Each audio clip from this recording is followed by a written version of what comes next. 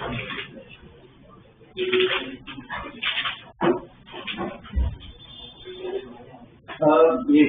जो डीपी 1 और 2 है ना, दो में टिक करवाए थे। कॉमन डाउट पहले डिस्कस कर लेते हैं, ठीक है। बाद में थोड़ा टाइम बचे तो किसी को पर्सनल डाउट नहीं सॉल्व किया हो बता देना, डिस्कस कर लेंगे, ठीक है।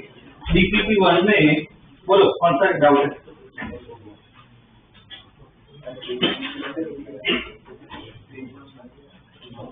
बोलो 6 वाला।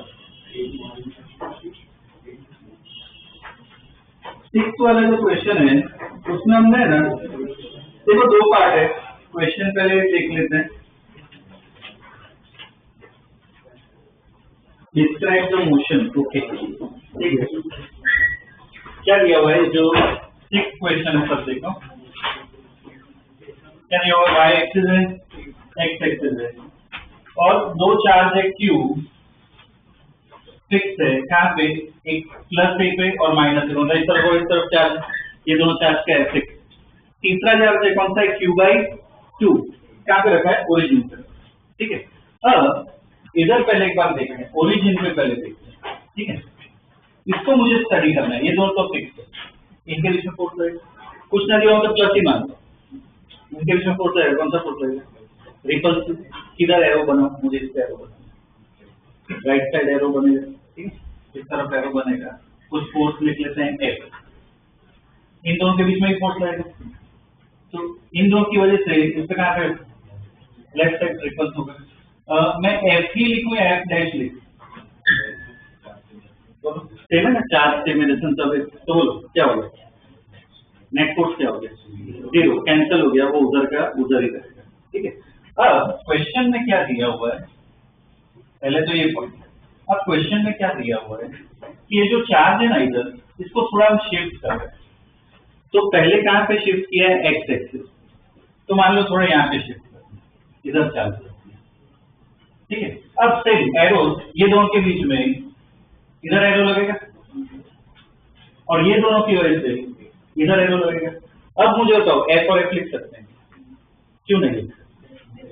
डिस्टेंस चेंज हुआ है, चार्ज तो सेम है, क्या चेंज हो गया? डिस्टेंस। तो ये दोनों की वजह से जो लग रहा है वो मैं F1 लिख रहा हूँ, ये दोनों की वजह से लग रहा है वो F2। अब मुझे बताओ कौन सा ज्यादा है? फॉर्मूला क्या है? K=R²। मतलब डिस्टेंस कम हो तो फोर्स क्या होगा? ज्यादा होगा। तो कौन सा फोर्स ज्यादा होगा? F2, क्योंकि डिस्टेंस क्या है? कम। तो ओवरऑल नेट फोर्स कहाँ पे लगा? Left side. तो इसका मतलब पार्टिकल को मैं इधर से यहाँ पे रख के छोड़ू, क्या होगा? नेट फोर्स है ना, क्या होगा? वापस इधर लाने की ट्राई करेगा, तो इधर रुकेगा नहीं, इस तरफ जाएगा। अगर वो इस तरफ जाएगा तो नेट फोर्स कहाँ पे लगेगा? इस तरफ, वापस इधर जाएगा, क्या होगा? ऑसिलेशन। तो बस ऐसे डिस्क्राइब करना है, क्या होगा? Oscillation, okay. और SHM है या नहीं, हमने क्वेश्चन किया था क्लास में। SHM है नहीं तो कोई इक्वेशन तुम्हें बनाना पड़ेगा। क्या प्रूव करना पड़ेगा? F proportional to X। तो अच्छी तो इसमें ट्राई कर सकते हो, ऐसा तो ना, लिख लो। जिन्होंने ट्राई किया और ना किया तो जब सॉल्व करोगे तब इसमें लिख लो कि इज इट SHM, बस उतना लिख लो। इज इट SHM है नहीं, वो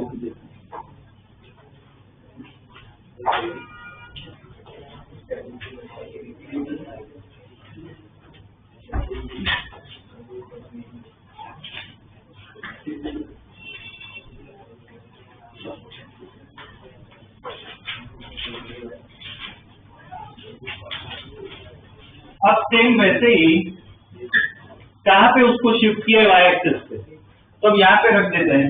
अब देखो इतना ट्राई तो कर सकते हो, चलो इन दोनों की वजह से बताओ एरो, इन दोनों की वजह से एरो विजुअलाइज करो, किस तरह होगा? इन दोनों की वजह से विजुअलाइज करो, नेट बताओ, नेट बताओ कुछ सोचो। एक इस तरफ, ये दोनों की वजह से, ये दोनों की वजह से इस तरफ। F1 F2 क्या लिखना है वो भी दिमाग में डालो, ये होगा ना डिस्टेंस, ये होगा डिस्टेंस, सेम ही होगा। दोनों क्या है? F नेट फोर्स बोलो ऊपर, ठीक, ऊपर। मतलब अगर मैं ऐसे रख के ऐसे छोड़ दूं क्या होगा? ऊपर चला जाएगा, जाते ही रहेगा। इसका मोशन क्या होगा? Normal linear motion away from origin. उसमें क्या होगा? अवे फ्रॉम, मतलब ऑसिलेशन होगा क्या? नहीं, इसमें ऑसिलेशन, ठीक है, ऐसे स्टडी करें। ओके, नेक्स्ट डाउट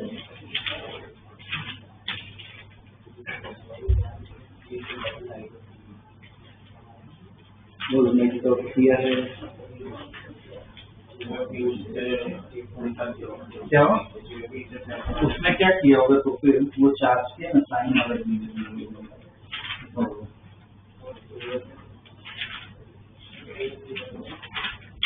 नहीं, वो चेंज कर दो।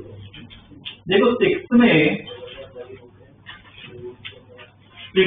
ध्यान दो, पीछे जो आंसर है ना वो रिवर्स कर दिया, ठीक, जो ए में आंसर है वो बी में, मतलब उल्टा कर दिया, ठीक है, तो चेंज कर देना, मतलब ये जो एक्सेलरेटेड मोशन लिखा है आंसर की में, वो ए में लिखा है, उसको बी कर दो, और जो ये एसएचएम लिखा है उसको ए कर दो, ठीक, आंसर उल्टा हो जाएगा बस, ठीक है, तुम स्प्रिंग पर हो जाएगा। बोलो next question, next DP one में तो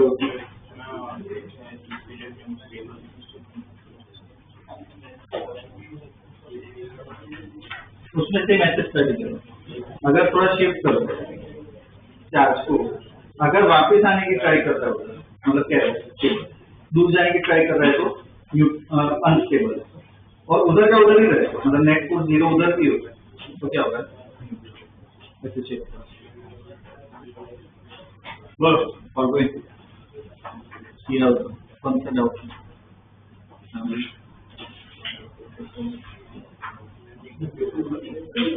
कौन सा है? हाँ ओके, पर एक मिनट दिया क्या करेंगे, DP1 में कोई नहीं है बाकी किसी को, DPP2 में, ओके DP2 में नहीं, ये अच्छा क्वेश्चन है, सेकंड क्वेश्चन करो DPP2 में, वो अगर किया वो डाउट आएगा देखने के बारे में।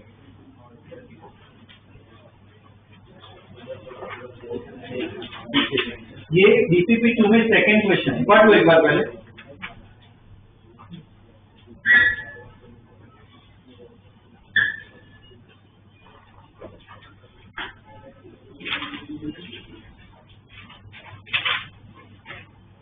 क्या दिया हुआ है, एक रॉड है, रॉड को क्या किया हुआ है, बेंड कर दिया, कैसे शेप में बेंड कर दिया, सेमी सर्कुलर शेप में बेंड कर दिया, ठीक है, सेमी सर्कुलर शेप में से बेंड कर दिया मैंने रॉड को, और क्या पूछा है, क्या निकालना है, और इलेक्ट्रिक फील्ड निकालनी है, दिया इलेक्ट्रिक फील्ड निकालनी, कहाँ पे निकालनी है, सेंटर ऑफ कर्वेचर, मतलब बस इसके सेंटर, ठीक, यहाँ पे इलेक्ट्रिक फील्ड निकालनी है। अब ये रॉड है, ऐसे हम जाएंगे क्या, चार्ज फैला हुआ है, ठीक है, अब इलेक्ट्रिक फील्ड का फॉर्मूला याद है, क्या होता है इलेक्ट्रिक फील्ड का फॉर्मूला, A₂/r², पर वो किसके लिए होता है, एक छोटे से पार्टिकल के, ऐसा कोई शेप आ जाए तो फॉर्मूला वैलिड नहीं। हमने रॉड वाला क्वेश्चन किया था, याद है क्या था प्रोसीजर, एलिमेंट लेना होता है, इंटीग्रेशन करना होता है, जिन्होंने एलिमेंट स्टडी उन्होंने इंटीग्रेशन वाला पार्ट समझा था, एक्स्ट्रा लेक्चर लिए थे, जिन्होंने अटेंड ना किया वो खास पढ़ लेना, देख लेना लेक्चर से, बहुत काम का है वो, ठीक है, नीट केवल दोनों पॉइंट ऑफ व्यू से। कंपटीशन में चलो पूछेंगे, बोर्ड में नहीं आ सकता है, पर ना कंसेप्ट इसका पूछ सकते हैं, तो ध्यान दो, इसमें ना एलिमेंट कैसे लेते हैं वो बताता हूँ, ऐसे थीटा एंगल पे ऐसे छोटा सा आर्क लेते हैं, छोटा सा आर्क, ठीक है, बहुत ही छोटा है, जैसे छोटे छोटे आर्क का बना होता है, तो ये जो है वो क्या है, अपना एलिमेंट पूरे रिंग पे चार्ज क्यू है, और इसकी लेंथ एल है, लेंथ बाद में देखेंगे, रेडियस अब याद है, ठीक है, अगर छोटा सा आर्क होगा तो इस पे चार्ज क्या होगा, dq, जैसे मास m है, चार्ज dm लिखते हैं, ठीक है, चार्ज पूरा क्यू है तो इसमें बहुत छोटा चार्ज होगा, क्या लिखेंगे, dq। इसकी जो लेंथ है, ये रेडियस r है, देखो ये छोटा सा आर्क है, तो ये एंगल क्या लिखेंगे, ये थीटा लिखा है, तो एंगल क्या लिखना चाहिए, डी थीटा। अब इसकी लेंथ भी मुझे लिखनी है, वो हमें काम आएगी, इसकी लेंथ भी बहुत छोटी होगी, वो क्या लिखेंगे, dl, वो dl किसके बराबर होगा, ये सिंपल है, आर्क का फॉर्मूला होता है, ये सब आर्क है, ये रेडियस है, ये थीटा है, ये लेंथ एल है, तो एल इक्वल टू क्या लिख सकते हैं, तो वैसे इससे कितने पार्ट करते हो, कितने पार्ट करते हो, कितने पार्ट। तो डीएल इक्वल टू क्या लिख सकते हैं, आर। ठीक है, पहले तो क्या किया ये सिलेक्ट, सबसे पहला ये स्टेप। दूसरा स्टेप क्या होता है कि इसकी वजह से देखो ये बहुत छोटा है, तो इसकी वजह से फॉर्मूला लगा सकते हैं। कौन सा फॉर्मूला, इलेक्ट्रिक फील्ड का, के क्यू बाई, वो इस पे लगा सकते हैं, क्यू बहुत ही छोटा है। ठीक है, तो पहले इसमें ना ये सभी लिख लो और उसमें अपने रेगुलर नोट्स में लिखो, ये इसमें कंसेप्ट भी आ जाएगा।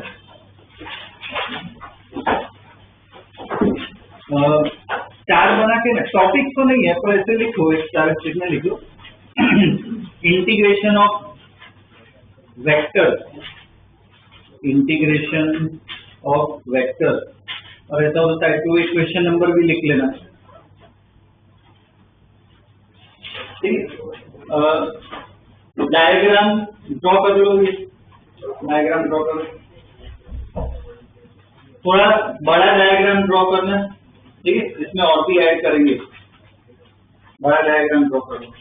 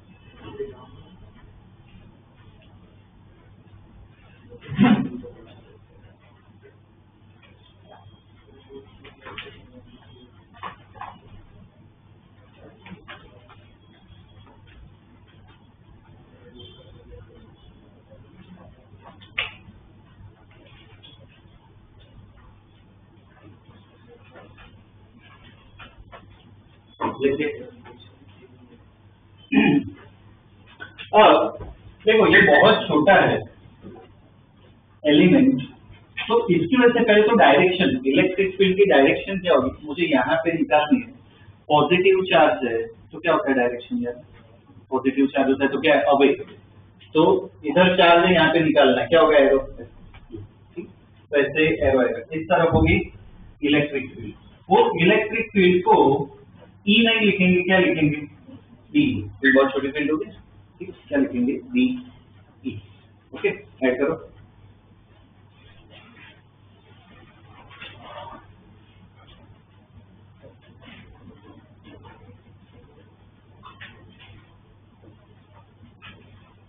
ओके, लिखो डायग्राम में नीचे, electric field due to element, electric field due to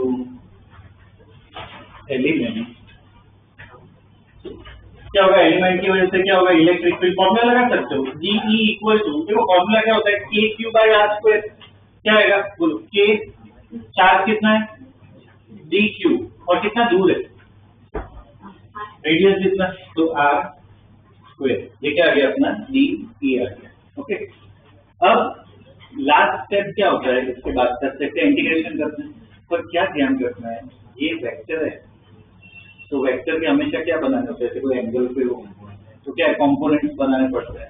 तो ये एंगल थीटा है, इसको भी क्या लिख सकते हैं, थीटा, तो इसके कंपोनेंट बनाते हैं, एक कंपोनेंट इस तरफ, एक कंपोनेंट यहाँ पे। ठीक है, ये जो कंपोनेंट है एक्स डायरेक्शन में, तो उसको मैं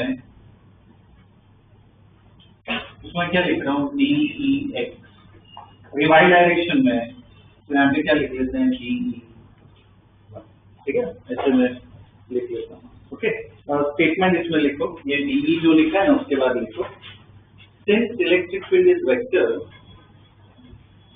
since electric field is a vector, electric field is a vector, the component will be क्या होगा? देखो DEX निकाल रहे हैं, तो DEX किसके बराबर होगा? क्या लिख सकते हैं? DE बोलो कॉस थीटा है साइन थीटा, ये वाला कंपोनेंट क्या है? कॉस आएगा, उसके साथ एंगल बन रहा है DE cos थीटा, और DE बाई J क्या होगा? DE sin, ठीक है, DE sin मतलब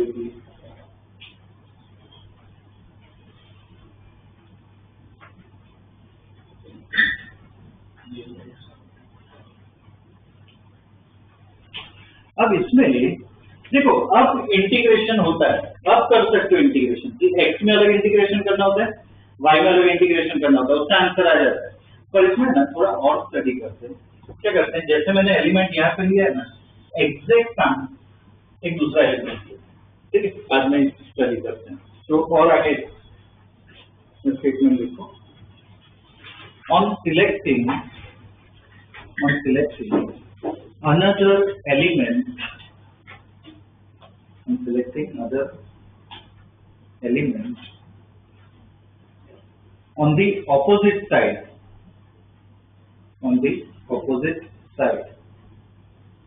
okay, तो देखते हैं क्या होता है, ठीक है, वो स्टेटमेंट वापस में लिखा होगा, एग्जैक्ट इसके ऑपोजिट मुझे ड्रॉ करना है एलिमेंट, तो एग्जैक्ट ऑपोजिट के यहाँ पे एलिमेंट लेगा मुझे, तो सिर्फ इधर भी एलिमेंट इस पे चार्ज होगा dq, ये रेडियस होगा r, ये एंगल थीटा, ये एंगल क्या होगा d, ठीक है। अब इतना तुम्हें अपने आप करना है, इसका जैसे डी ड्रॉ किया, कंपोनेंट्स ड्रॉ किए, इसका ड्रॉ करके बताऊंगा।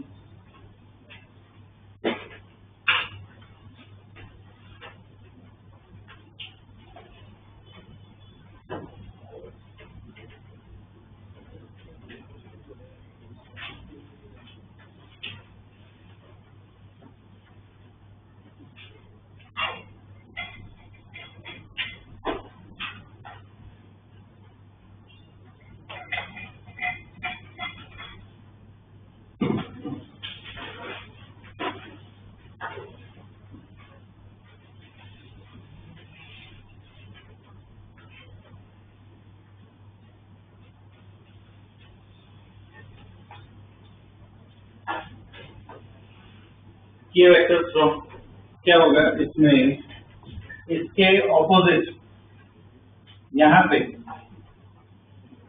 आएगा वेक्टर। अब ये एंगल थीटा, ये एंगल भी क्या होगा थीटा, सिर्फ सिमेट्रिक आएगा, माने इसका कंपोनेंट क्या होगा, एक कंपोनेंट इस तरफ और दूसरा कंपोनेंट नीचे, और यहाँ पे भी वो लिखना है, ये क्या लिखोगे DEX, इधर भी क्या DEY, क्या लिख सकते हो 2DEY लिखता है, ठीक है, 2DEY, ओके, दोनों क्या ऐड हो जाएंगे, ओके, ये अपना DE है ना। अब देखो, ये तो इसके तो कंपोनेंट बना दिया, मतलब इसको तो भूल जाओ, ठीक है, फोकस कंपोनेंट से ही करो, कौन सा कैंसिल हो जाएगा, एक्स कंपोनेंट देखो कैंसिल हो गया, इसका मतलब एक्स में इलेक्ट्रिक फील्ड क्या है, इससे फायदा क्या हुआ वो समझ रहा है। इसका इंटीग्रेशन करने जाओगे क्या आंसर आएगा, सॉल्व करने की जरूरत, सिर्फ इसमें ही हमें सॉल्व करना, ठीक है। तो स्टेटमेंट लिखा है on selecting other element on opposite side, ठीक है, comma, it can be seen that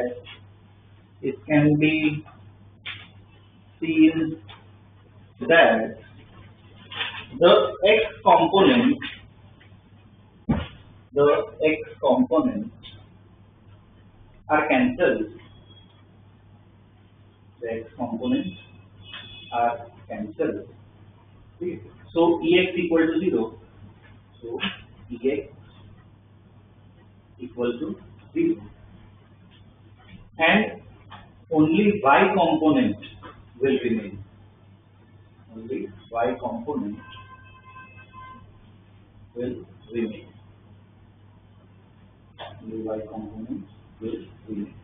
ठीक है, तो अब मतलब जो इंटीग्रेशन करना है, फाइनली जो इलेक्ट्रिक फील्ड आएगी, मतलब किसमें सिर्फ इंटीग्रेशन करना है, वाई में ही इंटीग्रेशन करना है, ठीक है। आगे नेक्स्ट टाइम लिखो, so the net electric field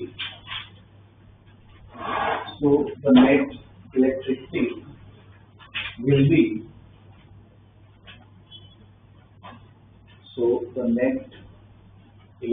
field will be, क्या होगा, सिर्फ y में इंटीग्रेशन करना है, ठीक है। तो Ey इक्वल टू क्या होगा, इंटीग्रेशन dy dy, मतलब इंटीग्रेशन ऑफ क्या था, dE sin theta, dE sin theta. तो Ey equal to integration dE का फॉर्मूला ये k by r square dq sin theta, ठीक है, ये आता है।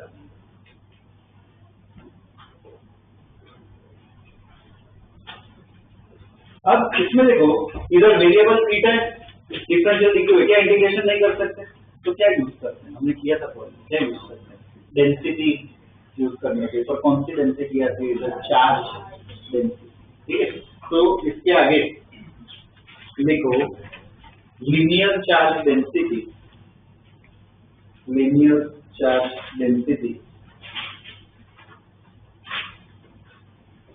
क्या होगा, लैम्डा यूज करते हैं, तो लैम्डा इक्वल टू क्या होता है, अगर मैं पूरे रिंग को अगर लूं तो चार्ज कितना है, क्यू, कितनी लेंथ होगी, रिंग की लेंथ मतलब कितनी लेंथ में फैला है, सर्कमफरेंस में फैला है, कितना होगा, मतलब पाई आर, ठीक है।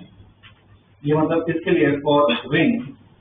और वैसे ही मैं एलिमेंट के लिए लिखूं तो लैम्डा इक्वल टू, बोलो क्या होगा एलिमेंट के लिए, dq अपॉन उसकी लेंथ देखो क्या है, आर डी थीटा, वो डीएल है ना इसके लेंथ, उसको क्या लिख सकते हैं, आर डी थीटा, एक इसके लिए फॉर एलिमेंट, ठीक है। अब इसमें जब अब इतना ट्राई करो, ये दोनों को इक्वल कर सकते हो, तो इससे क्या मिल जाएगा, dq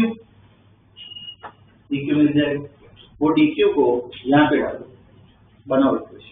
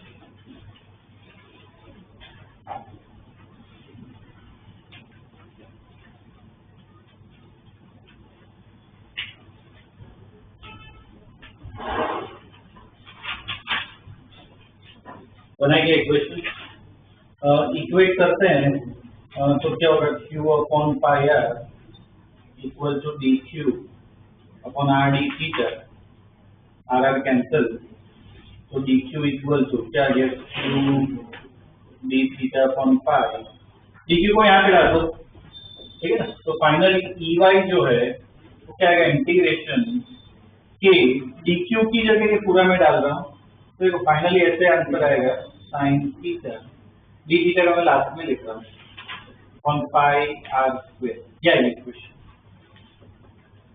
इक्वेशन है, ठीक है, फाइनली ये इक्वेशन आनी चाहिए। अब इसको इंटीग्रेट कर सकते हैं, क्यों, साइन थीटा के साथ में क्या है, थीटा, इंटीग्रेट कर सकते हो, ठीक है, और लिमिट डालनी है। तो थीटा को देखो, लिमिट कैसे देखते हैं, एलिमेंट चार्ज कहाँ से हो रहा है, इधर से, तो बोलो थीटा 0, इधर तक पूरा यहाँ तक जाता है, कितना 180 मतलब कितना हो गया, पाई, तो लिमिट क्या होगी, 0 से पाई, 0 से पाई, ठीक है। ये साइन थीटा का इंटीग्रेशन आता है, जो बाकी का पार्ट है वो तो कांस्टेंट है, k q upon pi r square, वो तो कांस्टेंट है। साइन थीटा का इंटीग्रेशन क्या होता है, minus cos theta, minus cos theta 0 से पाई, ठीक है। तो EY equal to KQ upon pi r square, पहले पाई डालो, cos पाई कितना होता है -1, ऑलरेडी माइनस है, +1 हो जाएगा बस माइनस इधर 0 डालो, cos 0 क्या होता है 1, तो ये कितना हो गया -1 पूरा, तो ओवरऑल क्या हो गया ये कितना हो गया 2, तो फाइनल आंसर क्या है 2KQ upon pi r square, ठीक है, इक्वल टू, ये अपना आंसर आया 2KQ upon pi r square. पर इसमें ना क्वेश्चन में बस अब हो गया सॉल्व, क्वेश्चन में ना रेडियस नहीं दिया, देखो क्या दिया है, लेंथ दी है, मतलब इसकी पूरी लेंथ दी है L, तो R को मुझे L में कन्वर्ट करना पड़ेगा, क्या करें L इक्वल टू, ये जो लेंथ है वो किसके बराबर है पाई आर, तो यहाँ पे L इक्वल टू क्या है पाई आर, तो R की जगह बस ये डाल दो, तो EY इक्वल टू क्या हो जाएगा 2KQ on pi, r square की जगह क्या आ जाएगा ये L बाई पाई उसका स्क्वायर, तो फाइनली आंसर सब्स्टिट्यूट क्या आ जाएगा 2KQ, ये एक पाई कैंसिल हो जाएगा अपॉन L स्क्वायर, ठीक है।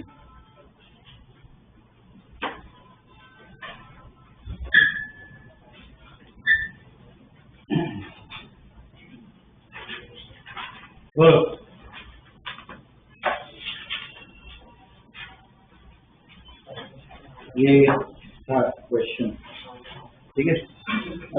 पर इसमें देखो ये सॉल्यूशन है इसका थोड़ा, पर ऐसे क्वेश्चन है ना बहुत कम, ये ऐसे पर्टिकुलर नए टॉपिक की कंसेप्ट की पूरा स्टडी किया, ठीक है ना, ऐसा पूरा जितने प्रॉब्लम का एक ऐसा प्रॉब्लम, ठीक है, बहुत कम ऐसे प्रॉब्लम, ठीक है, पर एक कंसेप्ट है इसमें पूरा सीखा दिया, ठीक है, तो ये प्योरली कंपेटिटिव का है, इसलिए इसमें वो E2 लिखा है, ठीक है, ओके।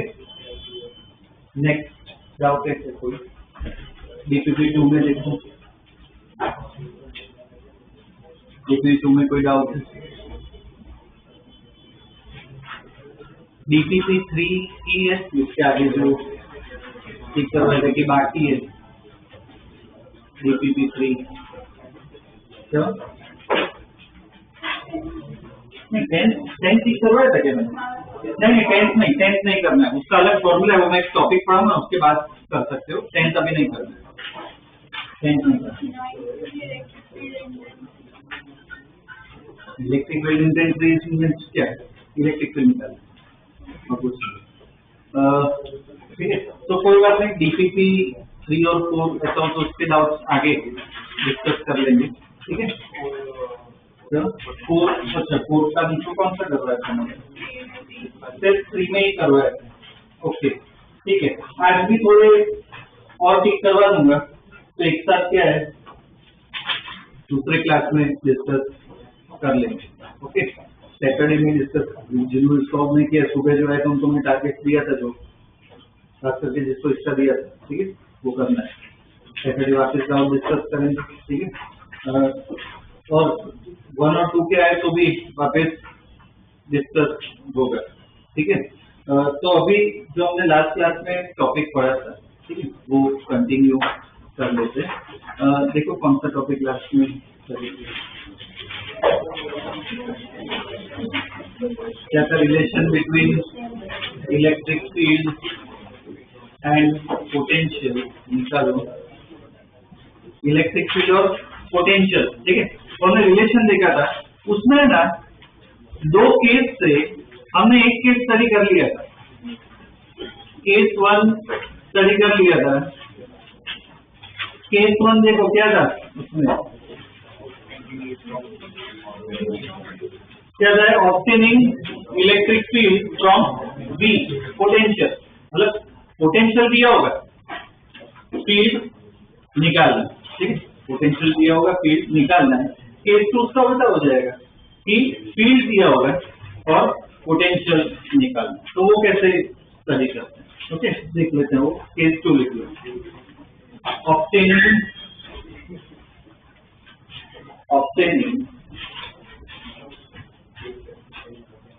field from, sorry, उल्टा हो गया, obtaining potential from field, obtaining potential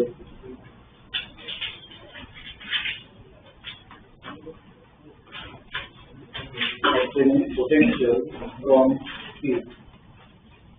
Okay. उसमें इक्वेशन बता देता हूँ। बेसिकली देखो, उधर डिफरेंशिएशन किया था ना, यहाँ पे क्या करना है, इंटीग्रेशन, तो जो उसका रिवर्स किया जाता है इक्वेशन, ठीक है। तो कैसे लिखनी है वो इक्वेशन, वो बता देता हूँ।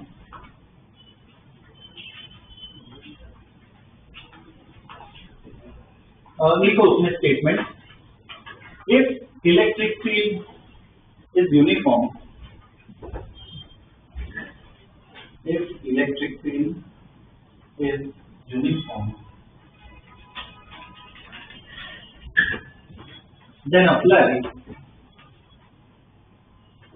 if electric field is uniform, then apply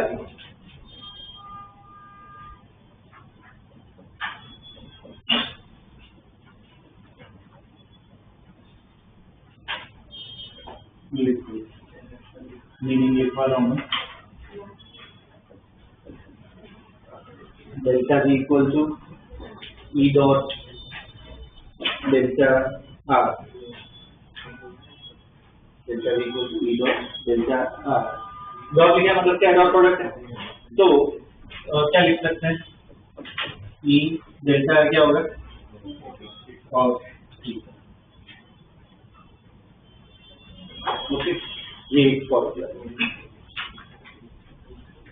electric field uniform हो, यूनिफॉर्म मतलब क्या, कांस्टेंट, तो ये अप्लाई करना, ठीक है।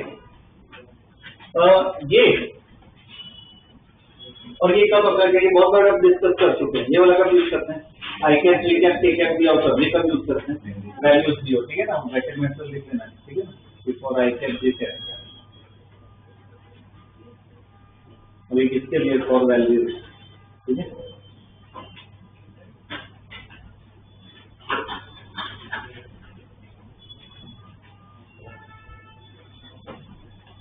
अब इसमें देखो, ई तो क्या अपनी इलेक्ट्रिक फील्ड है, वी क्या है, पोटेंशियल, पर मैंने डेल्टा वी लिखा है, डेल्टा वी मतलब क्या हो, चेंज इन पोटेंशियल, तो इक्वेशन से ना हमें पोटेंशियल नहीं मिलता है, चेंज इन पोटेंशियल, ठीक है, ध्यान रखो, चेंज इन पोटेंशियल मिलता है, तो डेल्टा वी लिख लो, डेल्टा वी का मीनिंग लिखो, डेल्टा वी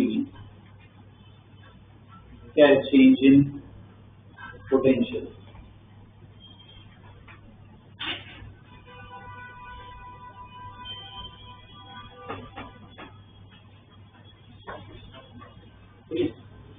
डेल्टा आर जो है, डेल्टा आर क्या होगा, क्या लगता है, डेल्टा आर का मतलब क्या होगा, change in position, delta R का मतलब क्या होगा, change in position,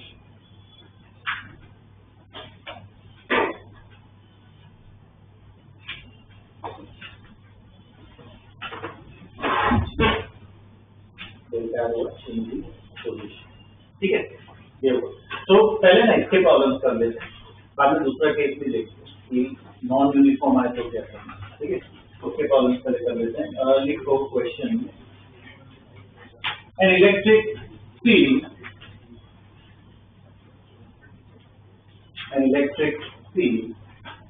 is given by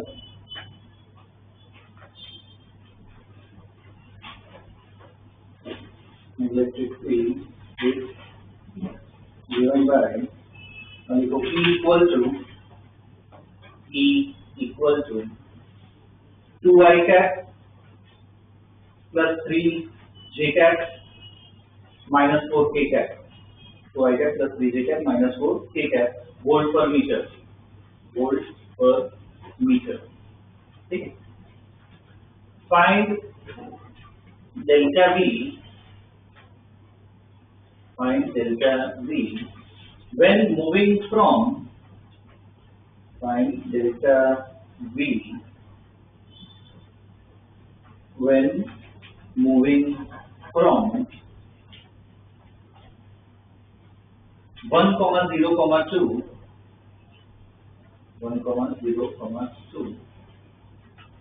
to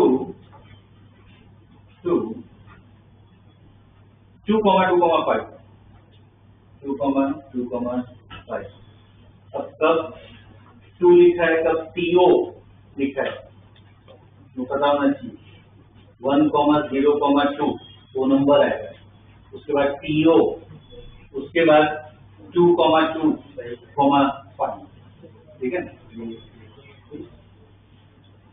okay. अब ये टाइप का क्वेश्चन है क्या डेल्टा वी फाइंड करना है ओके बोलो कौन सा इसका ऊपर वाला ठीक है ई तो दिया है क्या निकालना है डेल्टा आर निकालना है बोलो ये पॉइंट दिए हैं डेल्टा आर के समझना शुरुआत का जो पॉइंट है 0 क्या दिए 1,0,2 मतलब क्या दिए इनिशियल पोजीशन तो क्या लिखोगे आर आई मुझे लिख के बताओ are I initial position are आई बोल क्या होगा आई के जगह में लिखना are I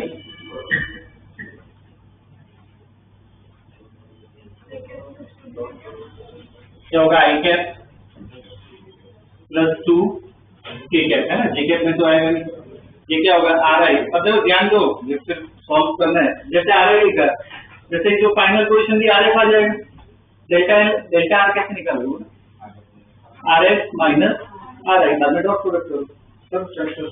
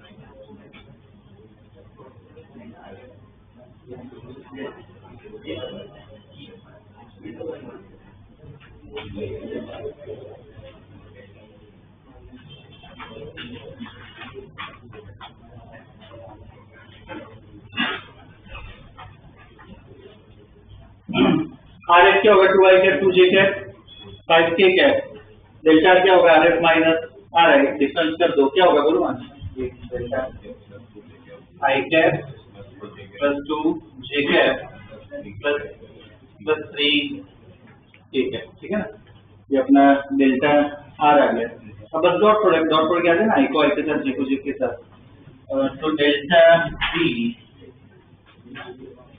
B equal to क्या होगा ई डॉट डेल्टा तो इलेक्ट्रिक फील्ड क्या दे रखी है +3j cap -4 k cap dot product करो आई को आई के साथ करो कितना हो जाएगा 2 बाद में 2j कैप 3j कैप कितना हो जाएगा 6 ठीक है और 3 और -4 कितना हो जाएगा -12 क्या है ओवरऑल आंसर ओके छोटा सा पार्ट ऐड करना इधर है ना minus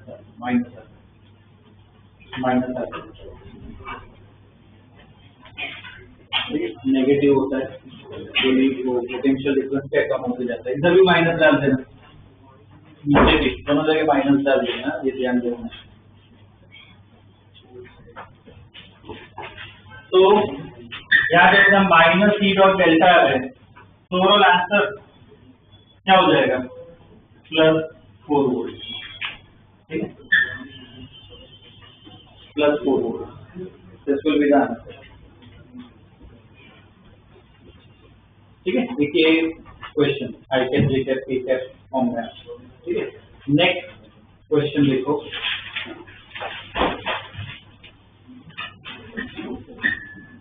an uniform electric field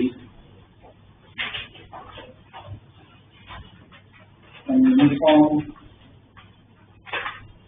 electric field is along uniform electric field is along plus x-axis is along plus x-axis having intensity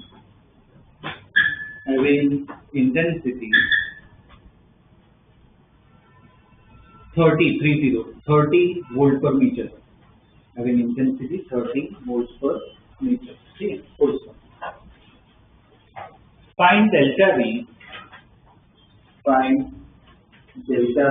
V when moving from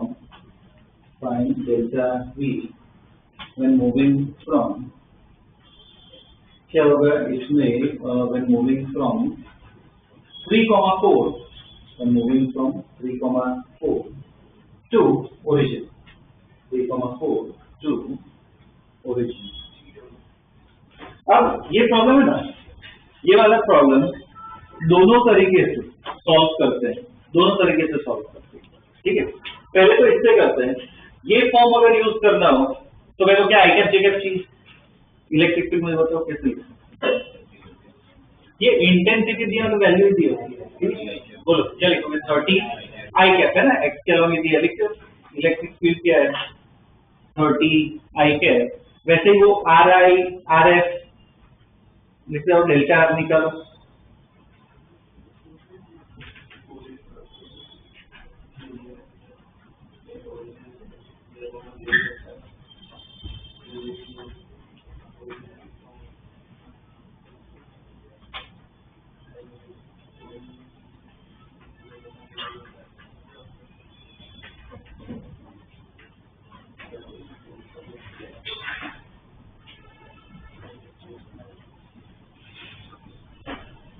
are आई क्या होगा 3 आई cap plus 4 जे cap, ठीक है। R F क्या होगा 0 है, origin ही है तो यहाँ पे तो 0 ऐसे डायरेक्ट अभी तो 0 डाल सकते हो, तो डेल्टा आर मिल जाएगा, ठीक है। क्या होगा delta R F minus are आई, मतलब डेल्टा आर क्या होगा 3 आई कैप माइनस 4 जे कैप, ठीक है, माइनस 3 आई कैप माइनस 4 जे कैप। इलेक्ट्रिक फील्ड दे रखी है, इलेक्ट्रिक फील्ड क्या दी अपने 30 आई कैप, इलेक्ट्रिक फील्ड क्या दी 30 आई कैप, तो कर लो डॉट प्रोडक्ट, डेल्टा बी क्या होगा माइनस ये 30 आई कैप डॉट 30 आई कैप डॉट माइनस 3 आई कैप माइनस 4 क्या हो जाएगा ओवरऑल आंसर आएगा, भी देखना है कितना होगा 90 माइनस माइनस क्या हो गया प्लस 90 वोल्ट, ठीक है साथ को यही ये अपना बेस कर, ठीक है, कितना प्लस 90, ऑप्शन में प्लस 90 माइनस 90 दोनों दिए होंगे, इसलिए ध्यान रखना है, इसमें प्लस माइनस का ध्यान रखना है, ठीक है। ओके डेल्टा ये जो है ये किससे किया आई कैप जे कैप से, अब मुझे यही प्रॉब्लम इससे सॉल्व करना, वैल्यूज से तो भी सॉल्व कर सकते हो क्या, तो मेथड 2 लिखो, वो दोनों से सॉल्व कर लो, क्या वैसे दोनों कवर हो जाएगा अपना, और ये तो बोर्ड से में भी क्वेश्चन आ सकता है ये वाला, तो उसके लिए तो क्या डायग्राम बनाना पड़ेगा, तो इसमें डायग्राम में एक्स और वाई एक्सिस बना दो, ठीक, एक्स और वाई एक्सिस बना दो,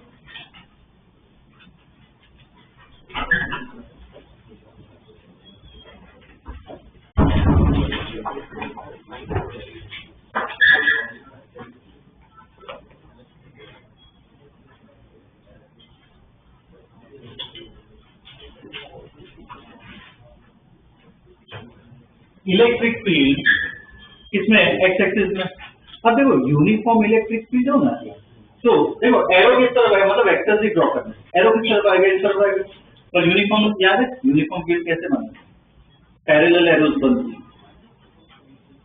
एरोस बनती है, तो क्या ऐसे पैरेलल पैरेलल एरोज बनानी है, एक एरो नहीं बनानी है। जब पैरेलल एरोज बनानी है, ये अपनी क्या इलेक्ट्रिक फील्ड है, ठीक है, तो इलेक्ट्रिक फील्ड दिया हुआ। अब जैसे वो दो पॉइंट्स भी है 0,0 और 3,4, ठीक है, वो भी बनाओ, ठीक है। और डेल्टा आर देखो कि शुरुआत में कहाँ पे थे, दूसरी जगह कहाँ पे, एक 0,0, एक तो ये रहा ओरिजिन अपना 0,0 और दूसरा पॉइंट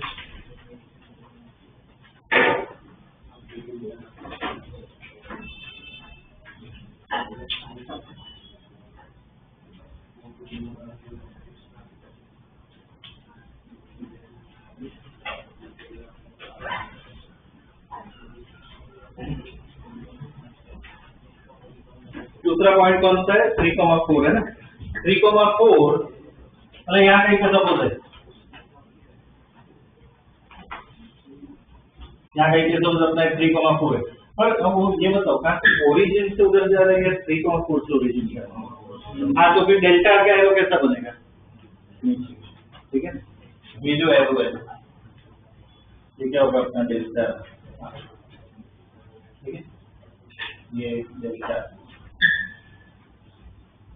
अब फॉर्मूला है अपने पास जो हमें अप्लाई करना है कि delta V equal to minus E delta R cos theta. तो delta V equal to minus E कितना दिया हुआ है 30, डेल्टा आर मतलब इसकी वैल्यू ये निकाल सकते हो कितने, 3,4 क्या हो जाएगा 5 का कर सकते हैं। तो डेल्टा आर कितना हो जाएगा 5। थीटा का मतलब इधर क्या हुआ, यहाँ पे थीटा मतलब किसके बीच का एंगल, फील्ड और डेल्टा, तो कौन सा होगा एंगल, ये होगा। एंगल के लिए क्या टेल सेम करनी होती है, ये एक एरो इस तरफ से, ये एरो नीचे, कौन सा एंगल होगा ये होगा। तो देखो फिर ये थीटा कैसे निकालते हैं, देखो 3,4 है, इस हम ये एंगल निकाल सकते हैं, ये वाला एंगल निकाल सकते हैं। कितना होगा ये एंगल, ये कितना होगा 3, ये कितना होगा 4, तो बोलो ये एंगल कितना होगा 3 और 4 है, tan थीटा यूज करो, tan थीटा कितना है 3/4, tan थीटा 3/4 मतलब कौन सा एंगल होता है, tan थीटा 3/4 कौन सा एंगल होता है 37 डिग्री, 37 डिग्री और 53 होता है, वो दो एंगल होते हैं। 3/4 कौन सा होगा 37 डिग्री, देखो ये 37 है तो ये कितना होगा 53, ये 53 है तो थीटा कितना होगा 180 माइनस 53, ठीक है, मतलब कितना हुआ 127। तो delta V equal to minus 30 into 5। अब देखो cos 137 को cos 90 प्लस 37 लिख सकते हैं, ठीक है ना, 30 इंटू 5। अब cos 90 प्लस समथिंग मतलब क्या हो जाता है माइनस साइन, ठीक है, माइनस साइन 37। तो देखो माइनस माइनस तो प्लस हो गया, 30 इंटू 5 साइन 37 कितना होता है, ये देखो ट्राइंगल है, ये रहा, ये 3 है 4 है 5 है, ये ट्राइंगल है, साइन 37 बोलो, परपेंडिकुलर कौन हाइपोटेन्यूज, क्या हो गया 3/5, ये कैंसिल हो गया, देखो आ गया ना आंसर प्लस 90 प्लस 90।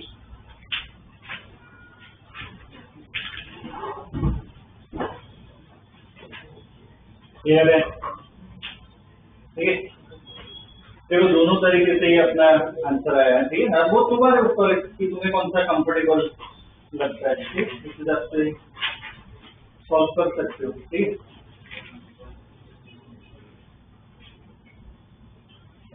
ओके, ये एक बात देखिए, अब ये जो प्रॉब्लम की है उसमें इलेक्ट्रिक फील्ड क्या यूनिफॉर्म, अगर इलेक्ट्रिक फील्ड नॉन यूनिफॉर्म हो तो फिर क्या करना पड़ता है, इंटीग्रेशन करना, तो वो भी एक पार्ट इसमें लिखो, केस 2 में लिया, पूरा केस 2 ही चल रहा है।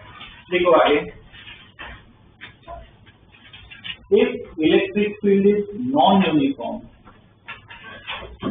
if electric field is non-uniform, then apply electric field is non-uniform, then apply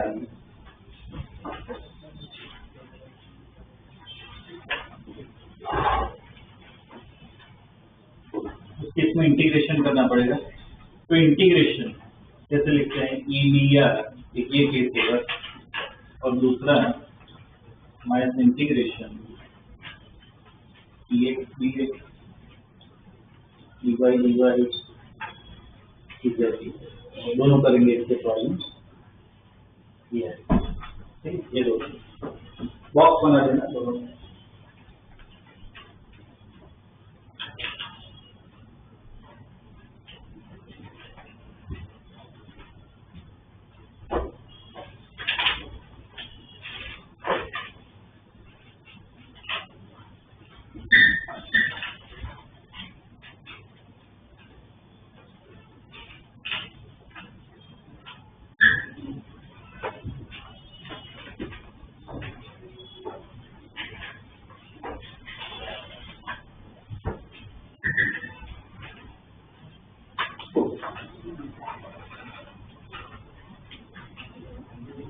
ठीक है, इसके प्रॉब्लम कर लेते हैं। ओके, तो ये पार्ट भी अपना कवर हो जाएगा। लिखो question E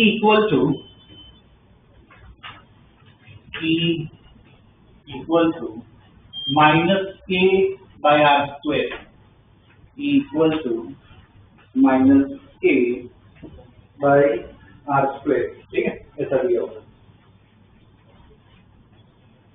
full stop. If potential at infinity, if potential at infinity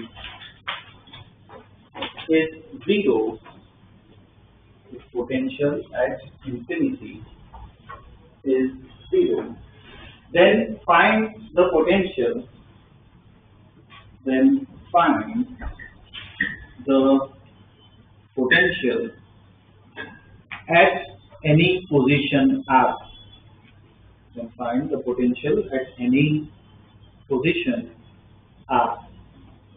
ठीक है, अब ये मेरा क्वेश्चन बताओ दोनों कौन सी इक्वेशन अप्लाई कर सकते हैं। पहले वाली करोगे, ठीक है। तो अब वो डाल दो, ये इक्वेशन डाल दो, delta V equal to minus integration EDR। तो delta V equal to minus integration E कितना दिया हुआ है, minus k by r square dr। अब देखो इसमें ऐसे में ना लिमिट भी डालनी होती है। तो देखो उसमें वो क्वेश्चन में इंफॉर्मेशन दी होगी कि एक केस कौन सा इनफाइनाइट का है ना, case at infinity potential is zero. तो इसमें देखो ध्यान देना कैसे लिखते हैं इसको। मैं डेल्टा V को मैं ऐसे लिख सकता हूँ VS minus VS, final potential minus initial potential. ठीक है, माइनस माइनस तो प्लस हो गया, integration k by r square dr। अब शुरुआत में अगर मैं इंफिनिटी लूं तो क्या दिया कि इंफिनिटी पे भी पोटेंशियल क्या है, जीरो। कौन सा पोटेंशियल जीरो होगा, अगर मैं नीचे इंफिनिटी लिखना है तो क्या होगा, बी है। लोअर लिमिट मतलब इनिशियल, अपर लिमिट मतलब फाइनल। तो ये क्या है, ये क्या होगा, ये जीरो होगा। और कहां तक मुझे स्टडी करना, एनी पोजीशन आर। तो क्या है अपना answer, VF equal to zero equal फुल इसका इंटीग्रेशन के तो ऐसा ही रहेगा, जब इसका integration dr by r square minus 1 by r infinite से आर।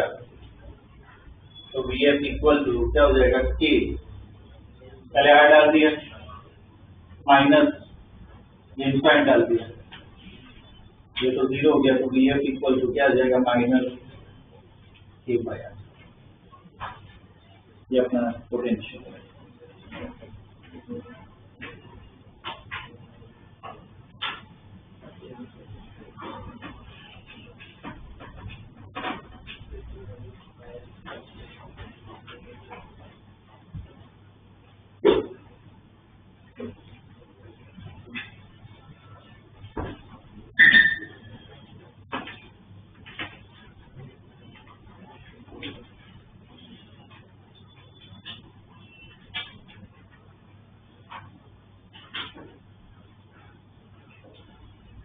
ठीक है।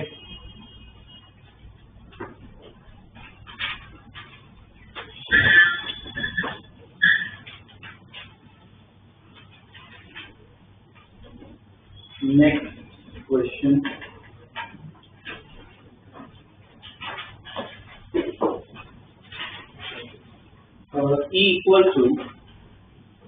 E equal to minus 3x square I cap equal to minus 3x square I cap volt per meter, equal to minus 3x square I cap volt per meter। ठीक है, ये दिया हुआ है। Okay, find potential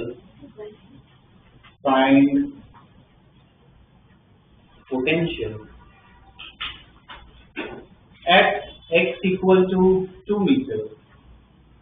Find potential at x equal to 2 meters. If potential at origin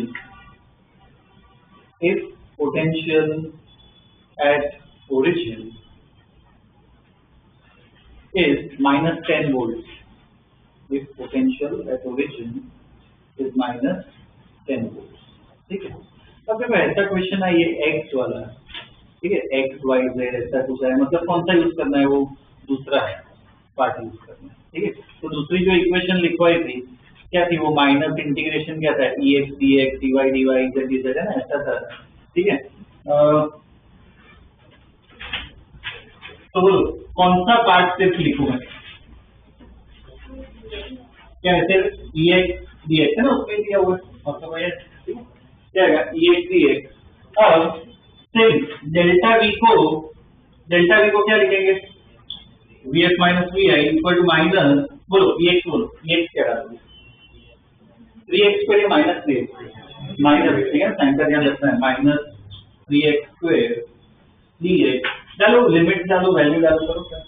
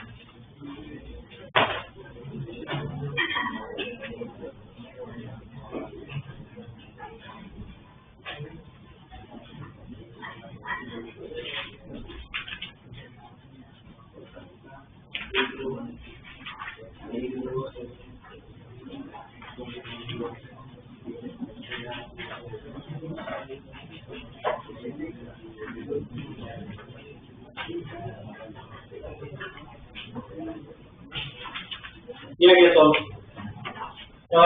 चलो इसमें limit देखो, first पे कौन से, एक तो ओरिजिन है और दूसरा कौन सा 2। सपोज मैं ओरिजिन नीचे लूं तो ओरिजिन पे कौन से क्या दिया है, हाँ तो पॉजिटिव -10 डालो vi, ये तो -10 डालो, ठीक है। और कहाँ तक है 2, मतलब VF निकाल रहे हैं, ठीक है। अब ध्यान देना क्लास से परमानेंट निकाल दूंगा, it is also our server. तब तक इग्नोर करने की ट्राई कर रहा हूँ। ये 3 निकलो बाहर, निकलो बाहर, निकलो बाहर, निकलो, उधर ही रहना, ऑफिस में ही रहना।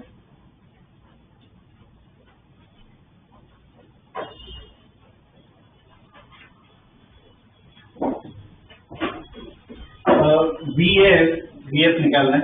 ये साइन का है ना, इसमें साइन का बहुत ध्यान रखना, ये माइनस है, ठीक है। ये माइनस हो जाएगा प्लस 10, ये भी माइनस हो गया। 3x स्क्वायर क्या हो जाएगा, इसका इंटीग्रेशन x क्यूब बाई 3 और 3 कैंसल, क्या हो जाएगा x क्यूब 0 से 2, ठीक है। तो VF प्लस 10, ये कितना है 2 डालो, कितना हो जाएगा 8, कितना है VF,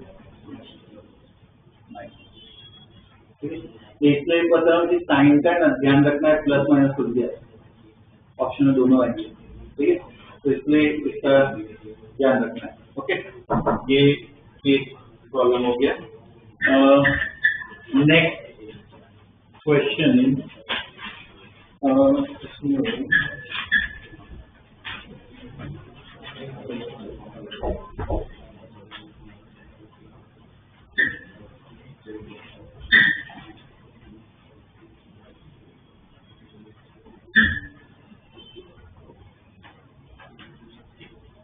इसमें E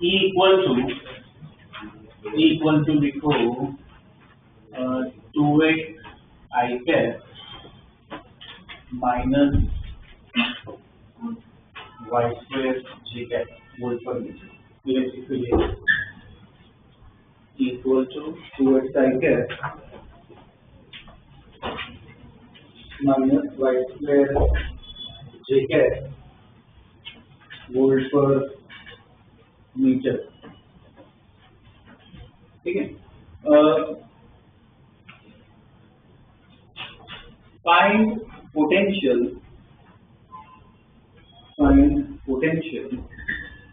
एट 1, -1, 1, इसका मतलब फाइंड पोटेंशियल एट 1, -3 कर दो। Find potential at 1, -3 if potential at 2, 0, if potential at 2, 0 is plus 5 volts, एक बार इसमें ना मुझे वो डेल्टा की इक्वेशन लिख के बताओ, जैसे ये वाली इक्वेशन लिखे ना, इसमें एक बार इक्वेशन लिखो, इसका आई कैप जे कैप दोनों।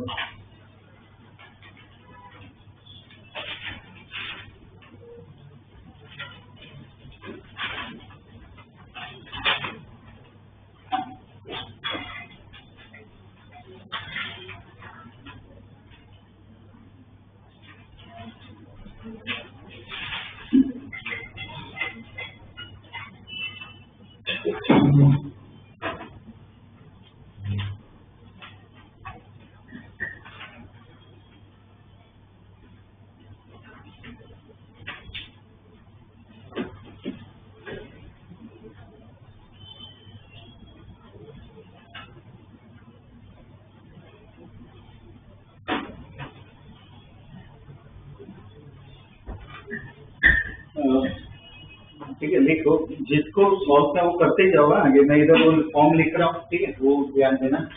अब क्या हो जाएगा, delta equal to minus integration क्या है, आई कैप और जे कैप दोनों है, तो dy दोनों है, ठीक है। और डेल्टा ई को क्या लिखेंगे, vx माइनस vi माइनस इंटीग्रेशन, ये क्या हो जाएगा, ex मतलब क्या होता है, ये वाला 2x dx, और y मतलब ये माइनस y स्क्वायर, तो क्या हो जाएगा माइनस y स्क्वायर, ठीक है, यस, ओके। अब क्या करना है, बस इंटीग्रेशन अलग अलग करना है, ठीक है। इसको इंटीग्रेशन है, इसका अलग कर दो, इसका अलग कर दो, लिमिट बताओ।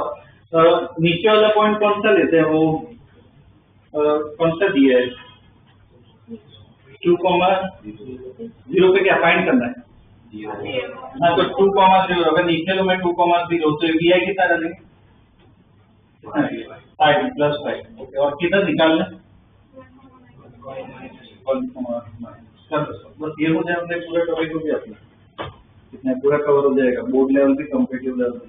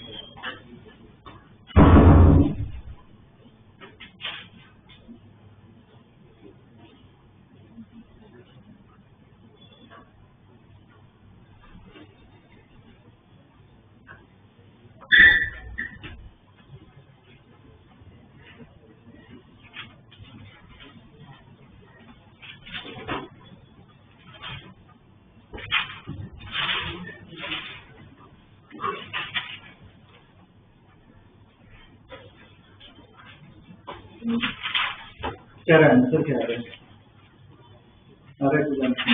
कितना आ रहा है? -1 आ रहा है, माइनस -11 आ रहा है,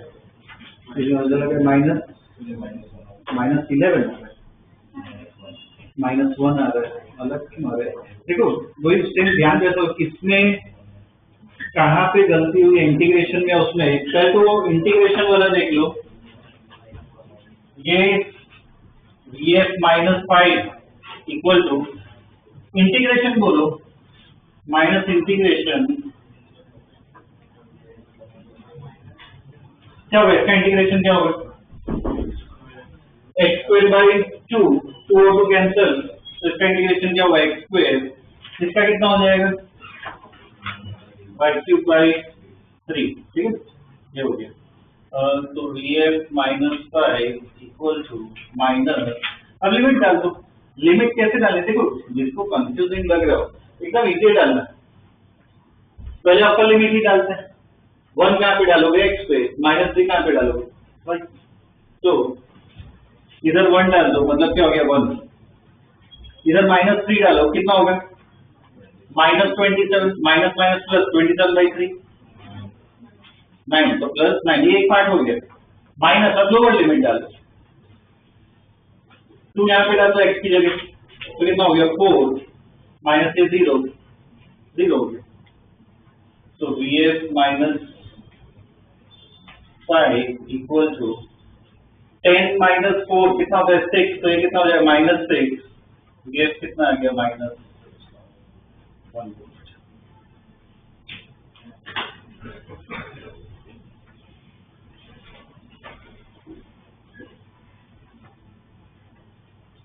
ठीक है, vf -1 वोल्ट है। अब देखो इसमें कितने सारे अलग अलग वेरिएशन इसलिए करवा रहा हूँ कि तुम्हारा बोर्ड भी कवर हो जाए, कंप्यूटर भी कवर हो जाए, ठीक है। अब मॉड्यूल पे करोगे, मॉड्यूल में मेजोरिटी सिमिलर थी, ठीक है ना, थोड़े बहुत वेरिएशन आएगा इसको, तो वो तो ऑब्वियसली आना चाहिए, ठीक है। ये क्या कहते हैं, इसमें सुबह जो बच्चे आए थे उनको मैंने अलग अलग टारगेट दे दिए, ठीक है ना, इस वीक का क्या करना है। मेजोरिटी तो सबका वही था, मेजोरिटी मतलब ऑलमोस्ट सबका ही था। कौन सा? इलेक्ट्रोस्टैटिक्स वाला ही था, जिसकी डीपी बाकी है ये A1 A2 वाली थी, जिस हिसाब से होता है उस हिसाब से कंप्लीट करो, ठीक है। पहले सैटरडे तक काफी सब कुछ हो जाना चाहिए, तो सैटरडे से क्या मैं डाउट डिस्कस करता हूँ, ओके। और जिसका ये हो गया तो ऑलमोस्ट मैं कर लिया था, और भी मैं टिक करवा रहा हूँ, ठीक है। करना तो सभी को ही है, A1 A2 बोर्ड कंपेटिव दोनों के लिए लिखवा रहा हूँ, ठीक है। मॉड्यूल निकाल रहा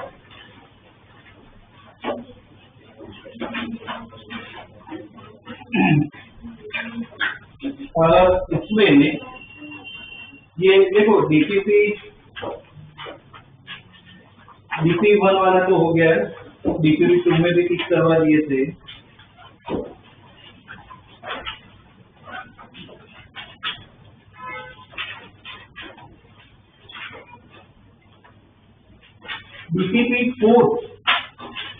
DPP4 जो है, DPP4 में टिक करो। उसमें जो फोर्थ प्रॉब्लम है उसको A1 कर दो, फोर्थ प्रॉब्लम है वो A1 कर दो, फिफ्थ प्रॉब्लम को, सिक्स प्रॉब्लम को, सेवेंथ प्रॉब्लम को 7 तक A1 कर दो। 4, 5, 6, 7 सब सारे क्या है A1, ठीक है।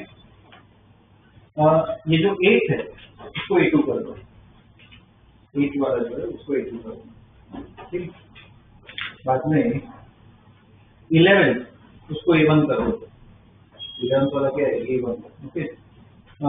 13 A2, 13 वाला है A2, 14 A1, 15 भी A1, 16 भी A1, 17, 18 A2, 17, 18 A2।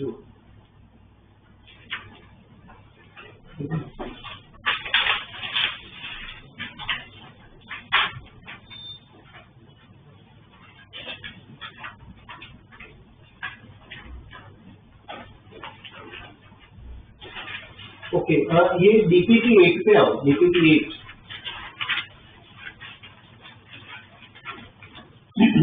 DPP8 जो है उसमें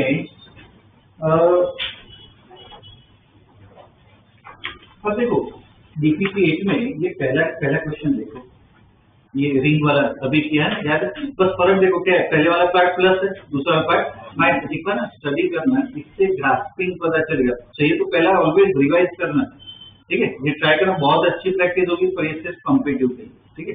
तो पहला वाला A2 कर दो, बाद में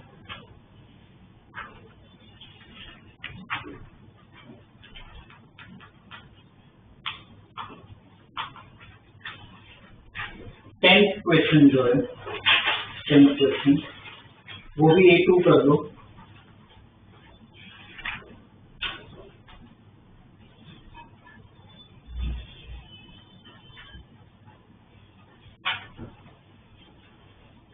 ट्वेंटी थ्री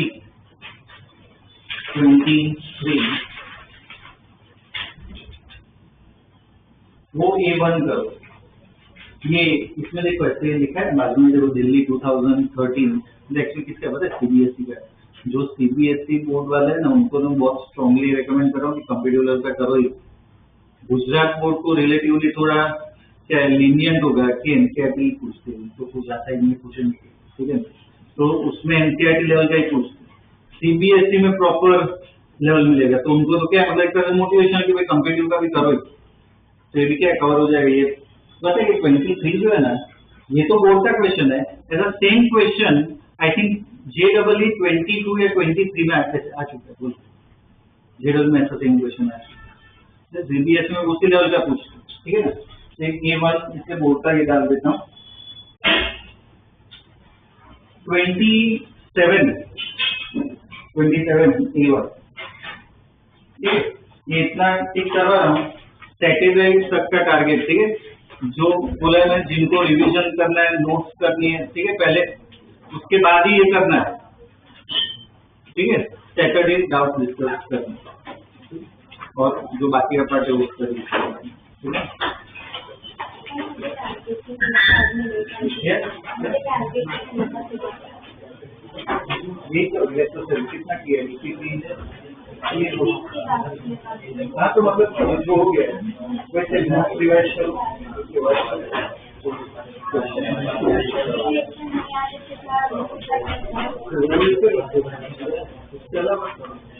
ठीक है ना, जो आता है पहले वो करो, उसके बाद तो एक इंटीग्रेशन रिवाइज करो, बाद में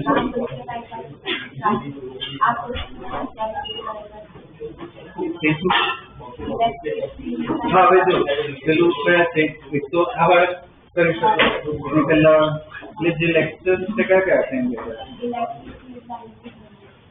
એટલે ઇલેક્ટ્રિકલ એન્જિનિયર એટલે પેલું ડિફરન્શિએશન ઇન્ટિગ્રેશન પોટેન્શિયલ વાળું તો એમાં કેવું છે DP1 અને 2 ની એના પછી DPP છે તે કરી શકે બીજું ક્લબ અટેન્ડ કર્યું છે તો ક્લબનો પણ કોઈ ક્વેશ્ચન આવે પોટેન્શિયલ વાળો આ ડિફરન્શિએશન એટલા કરી સેટલ એટલું તો થઈ ગયું ને પેલું જે કીધું લેક્ચર મોડ્યુલ કઈ મેમને